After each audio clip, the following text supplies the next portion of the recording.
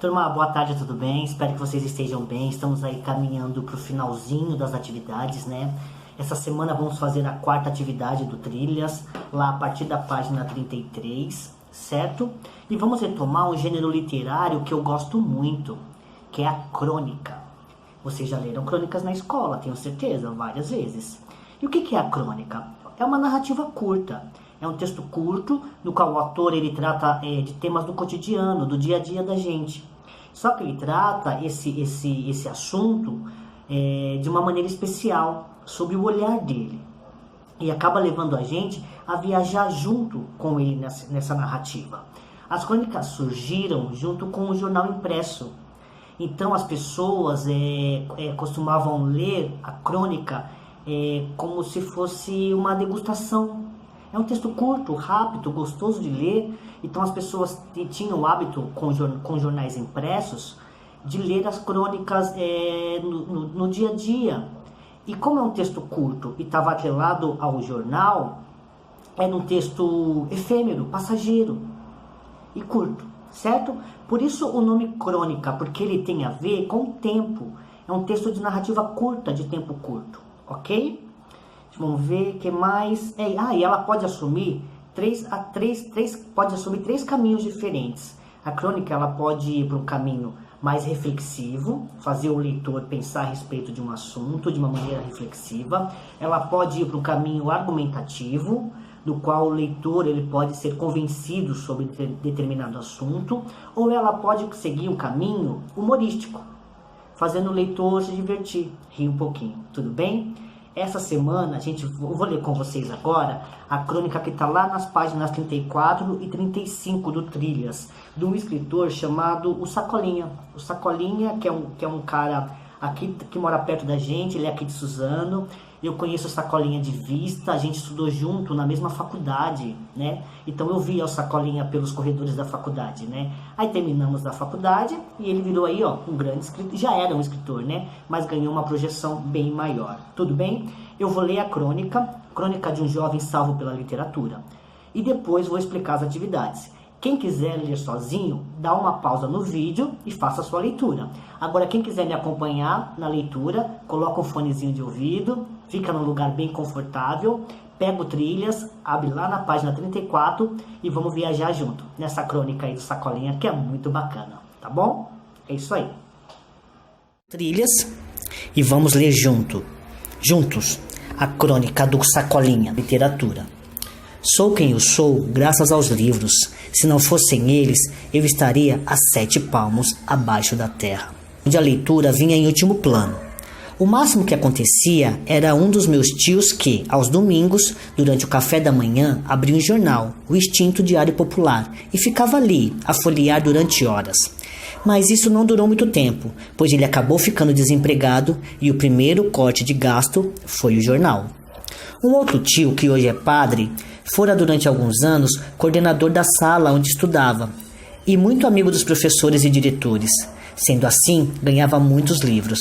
Às vezes chegava em casa com uma caixa fechada de livros novos e eu nem aí com nada. Só queria mesmo era saber de empinar pipa, jogar bolinha de gude, rodar peão, brincar. Lembro que o primeiro livro que fui obrigado a ler e não li foi indicado pela professora de literatura quando eu estava na 5ª série. Ela passou o livro no início do bimestre e no fim dele iria dar uma prova. O tempo foi passando e nada de eu ler o livro. Até que num domingo que antecedia a prova, eu resolvi pegar a obra. Antes, porém, havia perdido a pipa que empinava. Então lá fui eu, naquela tarde calorosa, em que o céu azul era completado pelas pipas e pelos pássaros que voavam no ritmo do vento. Peguei o livro, observei a capa e vi a página de rosto. Li a primeira página, passei para a página do meio e... olhei para um lado e para o outro, fui até a página final, li e fechei o livro satisfeito. Bom, dá para tirar metade da nota, pensei sorridente. No dia seguinte, a professora mal deu bom dia e tome-lhe prova. Resultado, não consegui responder nenhuma pergunta. Com isso, eu cheguei à conclusão de que quando se faz algo que é obrigatório, não rende e não se produz nada. Em 1998, mudamos de Itaquera para Suzano, e mesmo assim continuei trabalhando como cobrador de lotação, onde morava. E para isso, pegava os trens da CPTM às 4 da manhã. Só que 3 anos depois, chegou o momento em que eu não aguentava mais ficar olhando para a cara das pessoas dentro do vagão, e não conseguia cochilar. Precisava fazer alguma coisa para passar o tempo. Aquilo ali estava ficando um marasmo dos diabos. As pessoas, quando não estavam dormindo ou estavam jogando baralho, e eu até hoje não sei jogar, a não ser o 21, que muitos conhecem como burrinho, ou fofocando ou falando das novelas. E foi então que comecei a prestar atenção em algumas pessoas que liam livros ou riscavam revistas de passatempos. Pedi um livro para o meu tio, que tinha vários debaixo de sua cama. Ele negou, dizendo que eu não iria ler e queria estragar os livros.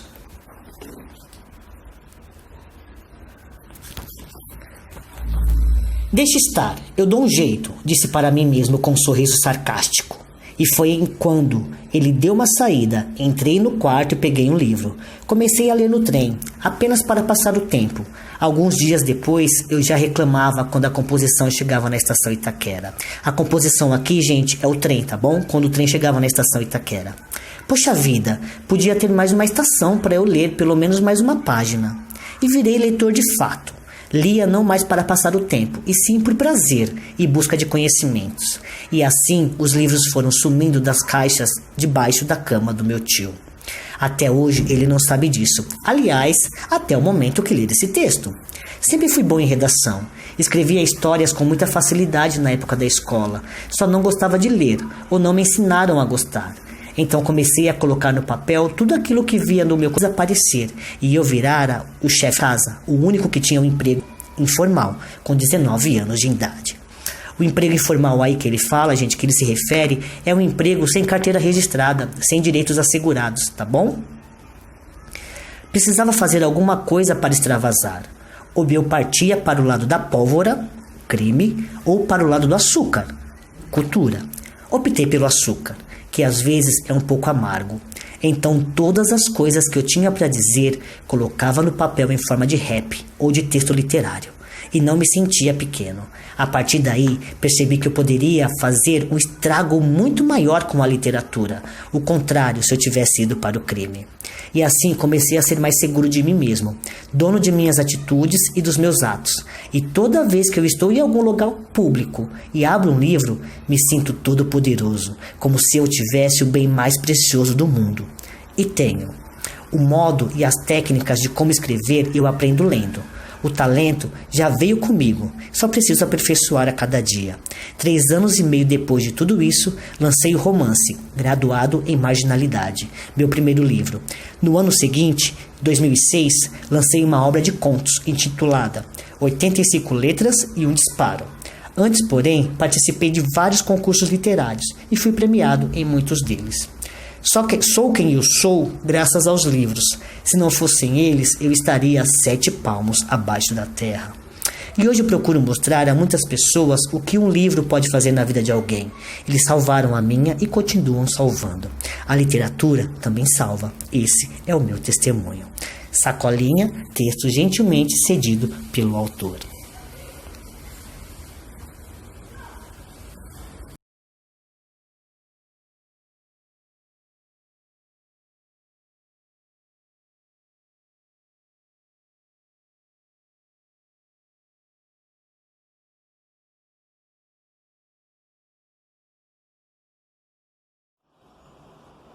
E aí, curtiram a crônica?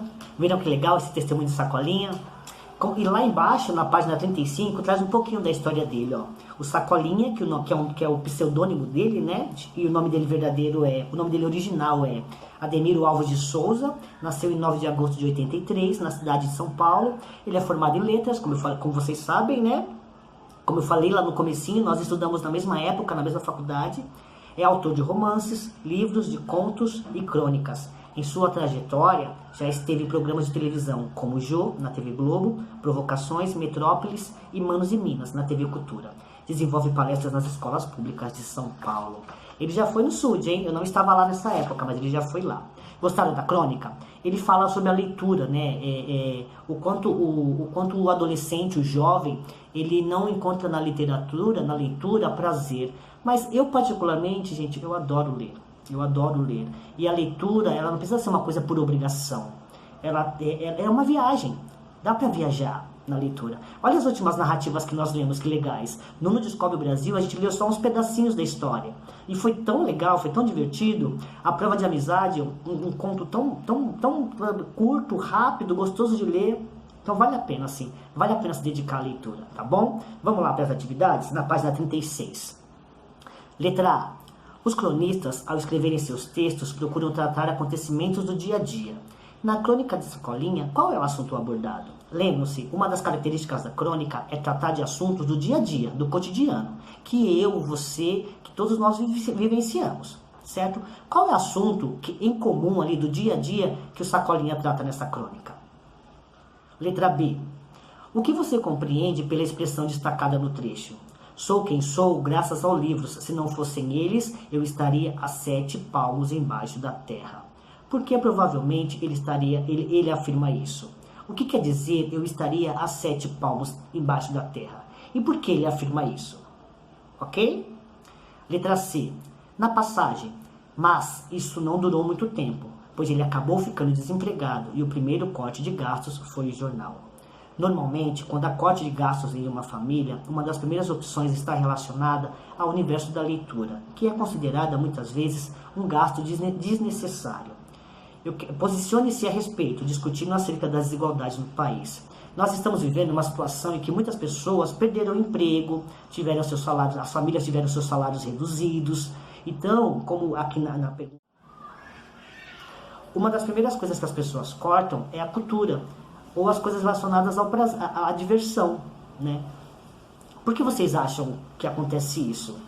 E o que vocês acham da desigualdade no país? Ok? É uma resposta pessoal. Pensem a respeito. Porque a primeira coisa que as pessoas cortam quando elas têm o orçamento reduzido, diminui o salário nas famílias, porque a primeira coisa que elas cortam é as questões relacionadas à cultura. Por quê? A letra D. Qual crítica é feita pelo autor em relação à obrigatoriedade da leitura, que diversas vezes são observadas em sala de aula? Porque ele critica a questão da a leitura ser tratada de maneira obrigatória. Vamos lá, letra I. A linguagem informal é a linguagem espontânea. Essa linguagem que a gente usa no dia a dia para falar com as pessoas com as quais a gente tem mais intimidade, sendo mais utilizada em situações cotidianas. Em qual dos exemplos abaixo, a seguir, ela se faz presente? Uma das características da crônica também é isso, é usar uma linguagem mais espontânea, uma linguagem mais informal, certo? Dessas 4 afirmações aí embaixo, qual delas é a mais informal? Só tem uma, tá bom? Marca um X lá.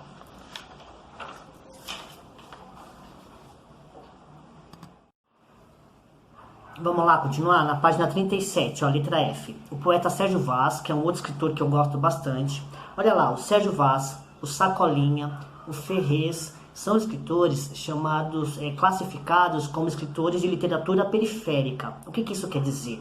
Eles são moradores da periferia, né? O Sérgio Vaz, se não me engano, mora no Capão Redondo. O Sacolinha mora aqui, né? Em Suzano, perto da gente. Tem o Rafael Canervale também, que mora aqui em São Miguel, se eu não me engano.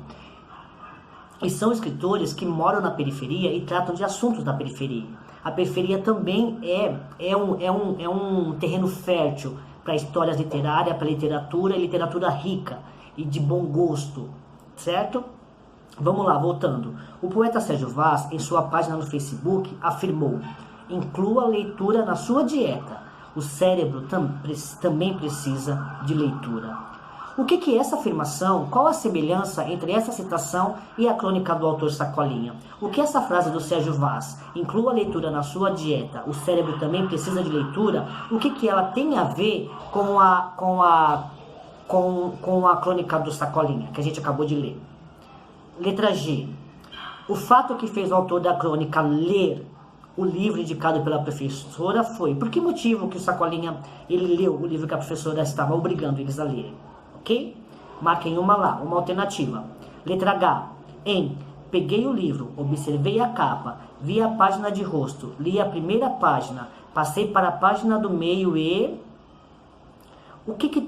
Aí a pergunta é, o uso das reticências indicam o que? Olha lá, peguei o livro, observei a capa, vi a página de rosto, li a primeira página, passei para a página do meio e... Aí depois tem reticências. O que essas reticências indicam aí? Para que ela foi usada aí? Para quê? Qual dessas 4 alternativas? Marquem uma só, tá bom? A letra I. Em relação ao uso da palavra mas, o mas, ela é uma palavra que ela é classificada como uma conjunção. O que é uma conjunção? Vocês vão aprender um pouco mais pra frente, mas eu vou só adiantar. A conjunção é uma palavra que ela liga 2 frases, 2 orações, ok? Aí, olha lá, o trecho. Mas isso não durou muito, pois ele acabou ficando desempregado e o primeiro corte de gasto foi o jornal. Pode-se afirmar que o mas utilizado aí, que sentido tem esse mas? Primeira alternativa, esse mas introduz uma ideia de explicação em relação à frase anterior, à oração anterior? Está explicando a oração anterior? Dá uma olhadinha, encontra lá no texto. Vê se esse mas está explicando o que foi dito anteriormente. Pode-se substituir o mas pela palavra e, sem alterar o sentido da sentença? Será que dá para trocar o mas pela palavra e, pela conjunção e? Olha lá, a outra alternativa. O mas, a palavra introduz uma ideia oposta, diferente ao que foi tratado no período anterior, ao que foi tratado na frase que aparece antes dessa, na sentença que aparece antes dessa. Uma ideia oposta é uma ideia contrária, ok? Ou a última alternativa. Pode substituir a palavra mas pela afinal, pois inicia a última oração do período. Qual dessas alternativas vocês acham que se encaixa aí? Nesse mas, ok? Arrisquem, depois eu corrijo com vocês. Aí, eu quero que vocês peguem um trecho do texto que conforme o título da crônica. O título da crônica é Crônica de um Jovem Salvo pela Literatura. Procurem lá no texto um pedacinho que comprove esse título, certo? Vamos lá para a página 38, que é a última. Letra K. Normalmente ouvimos ou lemos que o adolescente não gosta de ler. Você concorda com essa afirmação? Sim, comente. Por quê? Ok? Normalmente ouvimos ou lemos que o adolescente não gosta de ler. Você concorda com essa afirmação? Sim ou não? E comente. Por quê? Ok? E a última, a letra L. Na escola, a escola é um dos espaços que mais promove o acesso a livros. Vocês veem, a nossa sala de leitura ela é repleta de livros. Tem inúmeras obras maravilhosas. Porém, ainda há muitos estudantes que não se sentem atraídos pela leitura. Na sua opinião, o que a nossa escola poderia fazer para ajudar a reverter essa situação? Eu quero 2 dicas, certo? Os jovens pode ser que eles não estejam tão atraídos assim pela leitura. O que a nossa escola pode fazer para melhorar isso? Eu quero que vocês deem 2 dicas, tudo bem?